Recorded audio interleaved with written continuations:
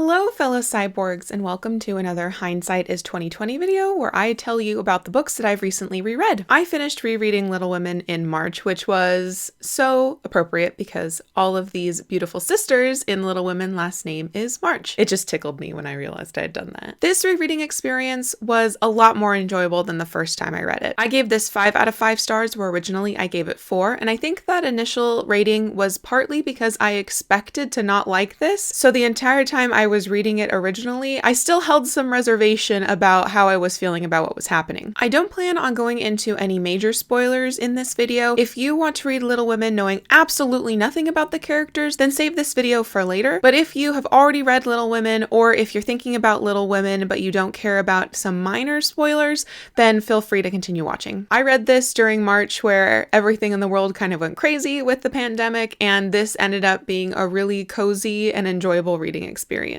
When I was rereading it though, I thought about what I knew about the March sisters, and I actually thought about sorting them into the Hogwarts houses. And I realized fairly early on that I think that Jo, while you might say maybe she's a Ravenclaw because she writes and she's intelligent, you might say that she is a Slytherin because of her creativity. I think creativity is a Slytherin trait.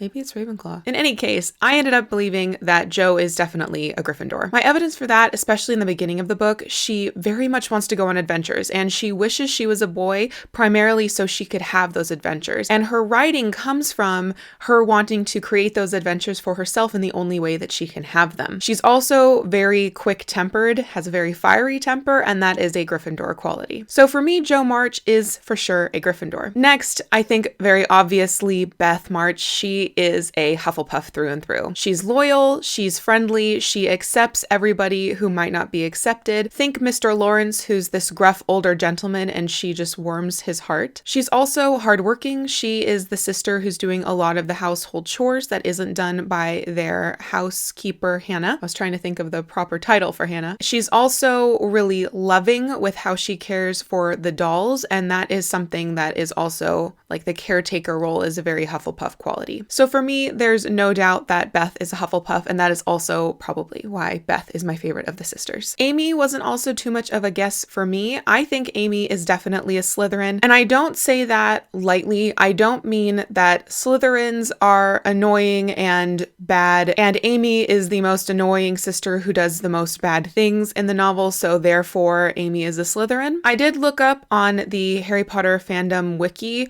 and I looked to see specifically what Slytherins were about, because I also realized that I didn't know very much about the Slytherin house. Slytherins are ambitious and achievement oriented. They are also resourceful and determined, and I think of this in a way of kind of being able to manipulate people, not in a controlling way, but in a way that you know how to talk to people to get the outcomes you want from this conversation. And Amy, with her artistic pursuits, very much wants genius. Talent is not enough for her. If she's not a genius, then why would she do this? I think that is a show of not only her ambition and her achievement orientedness, but also the self-preservation element that Slytherins can have. She knows that she'll be critiqued, she knows that she won't be the best, and she really doesn't want to have to deal with that criticism. So she kind of gives up pursuing art in a professional or more serious way. And then as far as her resourcefulness and determined nature and even cunning part of Slytherin, it's very clear, especially in the second half of the book, that she knows how to talk to people. She knows how to schmooze. She knows how to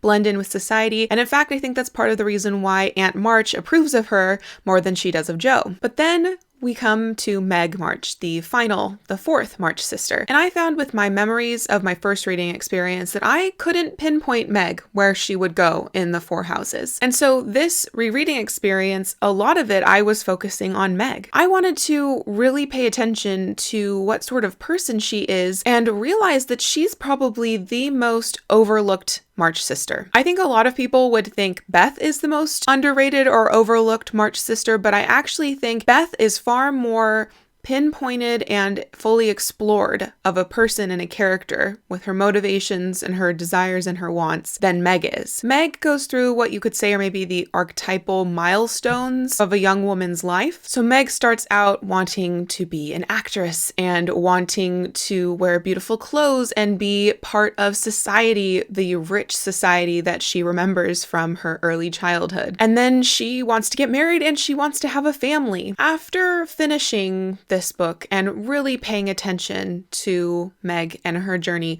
I still really don't know who she is. A part of that perhaps is Meg is the oldest sister, so she's already nearly grown up at the beginning of the story. She's 15 or 16, I can't remember. Whereas with Amy, who's 12, I think at the beginning, we get to see her as a juvenile and then how she develops into an adult. With Meg, a lot of that early development's already done. But I do think that there are shifts in Meg's desires and personal motivations that we aren't really that privy to. I don't think Meg's shift from wanting to be an actress to wanting to be a wife and mother is fully explored or explained. And I think maybe if we knew more about that change, we would get more insight into who Meg really is. We also don't get to hear very much about Meg's likes and dislikes and the things she's interested in once she becomes a wife and mother. From there, we more hear about what she does and doesn't do rather than what she does and doesn't enjoy. So I left my reread of Little Women still not knowing where I would put Meg March. Please let me know in the comments down below if you have an idea of where you would place Meg March and why. I would be really interested to know what you think because I still have no clue. So those were my main thoughts on my reread of Little Women. This was definitely one of the most successful rereads of the year so far, where I increased the star rating from 4 to 5, so I'm really pleased about that. I'm also really happy this book was able to help me through a very stressful couple of weeks in March. Thank you for watching, and until next time, continue to be lovely.